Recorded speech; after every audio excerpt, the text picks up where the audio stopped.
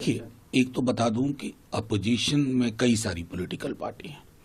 तो कुछ क्षेत्रीय सवाल रहते हैं और कुछ राष्ट्र के समेकित सवाल होते हैं। पहलगाम की सामूहिक पीड़ा, फेलियर कहाँ था, कैसे हुआ, फिर ऑपरेशन सिंदूर, फिर वैश्विक पटल पे हम मित्रविहीन क्यों दिखे, ये सारे सवाल हैं जो सरकार की आलोचना के दृष्टिकोण से नहीं, क्योंकि सरकार आज होगी कल नहीं होगी, लेकिन यह अध्याय हम बिसरा नहीं पाएंगे। इस अध्याय में वैश्विक पटल पर हमारा एक तरह से अलग थलग पड़ जाना वो चिंता का विषय है, और इस पर समग्र बातचीत हो खुले दिल से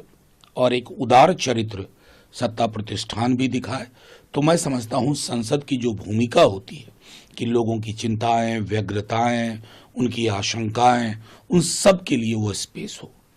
कल जो अपोजिशन पार्टी की इंडिया जिन्होंने सवाल खड़े होते हैं उसे इस बार प्रमुखता से उठाया जाए। जी बिल्कुल, वो भी है, और हमारे माननीय नेता प्रतिपक्ष तेजस्वी जी ने एक पत्र भी लिखा, और जो एसआईआर में हम बिहार में देख रहे हैं कि दाखिल होने की बजाय लोग बेदखल किए जा रहे हैं, भारतीय लोकतंत्र के लिए इस तरह के संकट का क्षण कम आया है, और मैं समझता हूं कि इलेक्शन कमीशन की विश्वसनीयता भी कई सवालों के घेरे में है, और ये सारी चीजें अगर संसद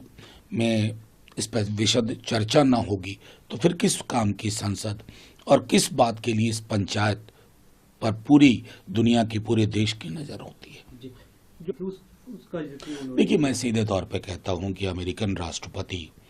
बहुत जल्दबाजी में है दुनिया के सरपंच बनने को, और बल्कि डिक्लेयर कर लिया है उन्होंने। संभवतः तो गिनना भी बड़ा मुश्किल हो गया कि कितनी बार बोल दिए हैं कि मैंने रुकवाया, न्यूक्लियर वॉर होता, 24वीं 25वीं बार संभवतः बोल चुके हैं। अब ये प्रतिकार का वक्त है, एक संदेश देने का वक्त है, और संदेश सूत्रों के हवाले से नहीं, संदेश प्रधानमंत्री जी की ओर से। पूरा देश आपके साथ, ये देश के मिजाज का सवाल है। पार्टियां आएंगी जाएंगी, जो मैंने पहले कहा, लेकिन ये अध्याय बिसराने लायक नहीं है। इस पर विशद चर्चा हो ताकि पूरी पार्लियामेंट अमेरिकन प्रेसिडेंट को एक मैसेज दे कि डेमोक्रेसी और चौधराहट की कुंजी नहीं रखे हुए हैं आप, बाकी देश में है।